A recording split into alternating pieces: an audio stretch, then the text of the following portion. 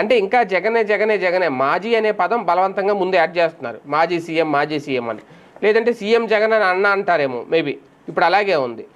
విద్యుత్ ఛార్జీలు భారం అయితే జనం మీద భారంగా, చాలా భారంగా పడుతుంది, మామూలు భారంగా కాదు. ఆ భారం అంత బలంగా పడుతుంటే దానికి ప్రత్యామ్నాయం ఆలోచించాలి. లేదంటే ప్రజల నుంచి ఖచ్చితంగా వ్యతిరేకత అయితే వస్తుంది.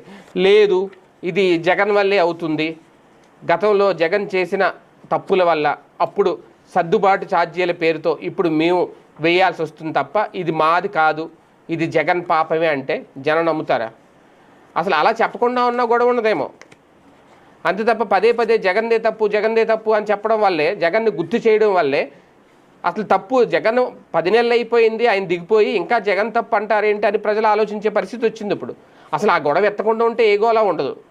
ప్రతిదానికి జగన్ వల్లే అనడం